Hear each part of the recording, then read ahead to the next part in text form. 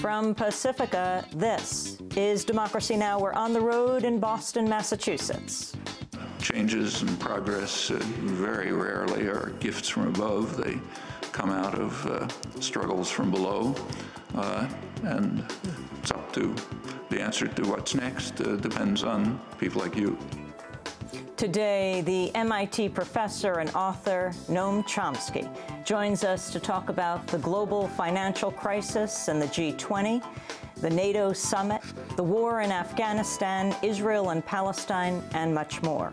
But first, University of Utah student Tim DeChristopher is charged with 2 felonies for disrupting the auction of over 100,000 acres of federal land for oil and gas drilling.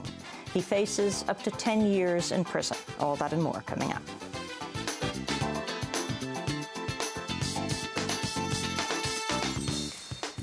Welcome to Democracy Now!, democracynow.org, the War and Peace Report. I'm Amy Goodman. The G20 summit ended in London Thursday with a pledge to overhaul financial regulation and spend more than $1 trillion in loans to struggling economies. In a 9-page declaration, G20 leaders outlined a series of voluntary steps, including regulating hedge funds, cracking down on tax havens, and increasing international lending. Funding for the International Monetary Fund was quadrupled with a $1 trillion commitment. Despite touting the financial pledges as aid for developing economies, the new money could actually be funneled back into the donor economies. The Washington Post reports a $250 billion G20 line of credit to increase liquidity will mostly go to the United States, Europe, and Japan. The U.S. alone could draw upon as much as $42.5 billion.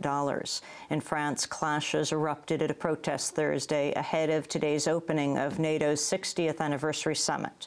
Police used tear gas and rubber bullets against hundreds of protesters in the city of Strasbourg, where the meeting is taking place.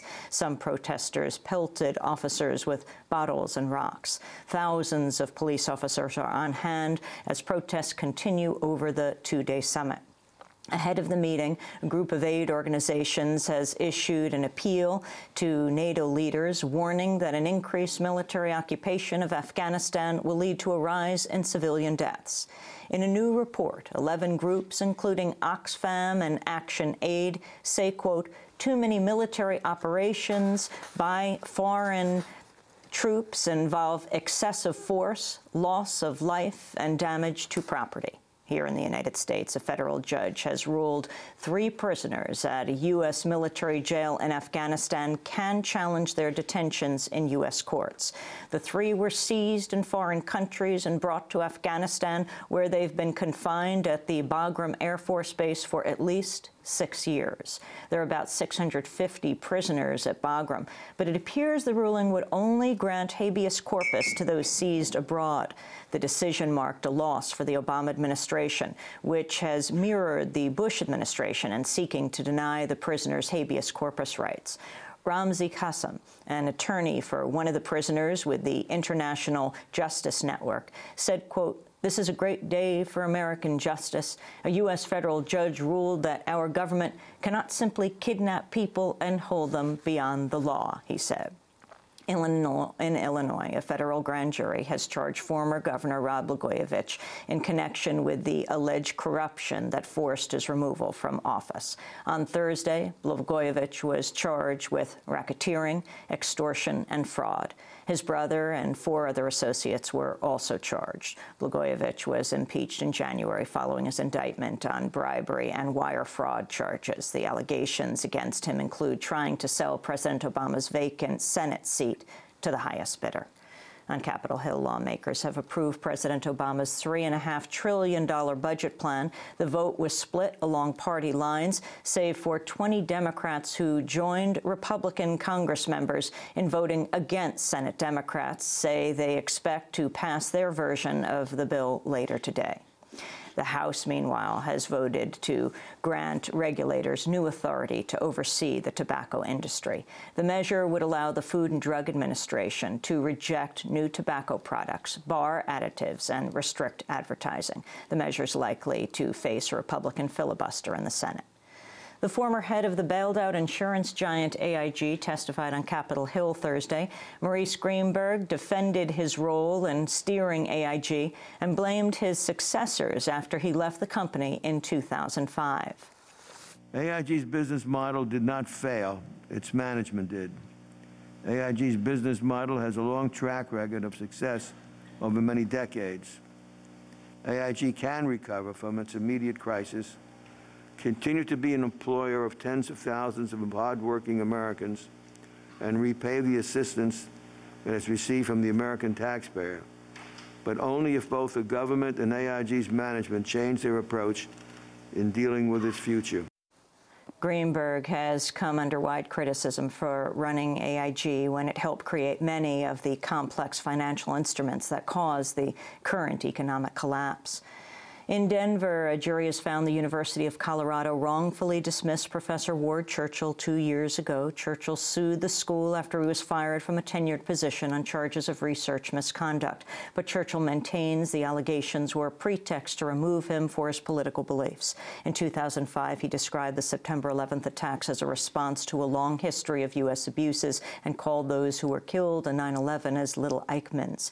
On Thursday, the jury said Churchill had been fired in large part for his views, but it only granted him $1 damages, along with ordering the University of Colorado to pay his attorney fees. Churchill's lawyers say they'll ask the judge to reinstate him at his old job. Here in New York, a pair of social justice groups are teaming up for a two-day protest that begins today. The Bail Out the People movement and United for Peace and Justice are planning to march on Wall Street to protest the financial bailout and the ongoing U.S. occupations of Iraq and Afghanistan. Tomorrow's event is being held on the anniversary of Dr. Martin Luther King's assassination on April 4th, 1968, in Memphis, where he traveled to lead a march of striking sanitation workers. It's also the anniversary of Dr. King's Beyond Vietnam speech, delivered at New York's Riverside Church 1 year earlier on April 4th, 1967. New figures show a record 32.2 million, or 1 in 10 Americans, are receiving food stamps. The government's figure for January marked the third record food stamp enrollment in 5 months. In Sudan, the Obama administration's new special envoy made his first visit on Thursday since his appointment last month. Retired Air Force General Scott Grachin pledged to seek cooperation with Sudanese officials in addressing the humanitarian crisis in Darfur. The United States and Sudan want to be partners, and so we're looking for opportunities for us to build a stronger bilateral relationship. And I come here with my hands open, and it will be up to the Sudanese government to determine how they want to continue with that relationship. Hopefully it will be with a hands of friendship, hands of cooperation. And in East Timor, investigators are believed to have found the first bodies of protesters gunned down by U.S.-backed Indonesian forces in the Dili massacre of 1991. It was November 12, 1991, that Indonesian troops opened fire on a crowd of several thousand unarmed Timorese civilians gathered at the Santa Cruz Cemetery. At least 271 people were killed, but no bodies were found. The Victorian Institute of Forensic Medicine says it's dug up 16 bodies from unmarked graves at Hera, near Dili. And those are some of the headlines. This is Democracy Now!, democracynow.org, The War and Peace Report. I'm Amy Goodman. We're here in Boston. In a moment, we'll be joined by Professor Noam Chomsky.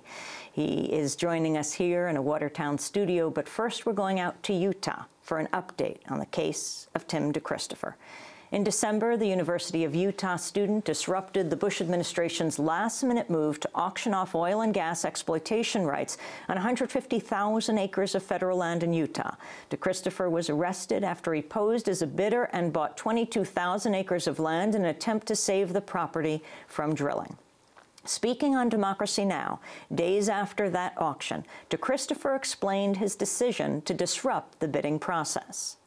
I've been hoping that someone would step up and someone would come out and be the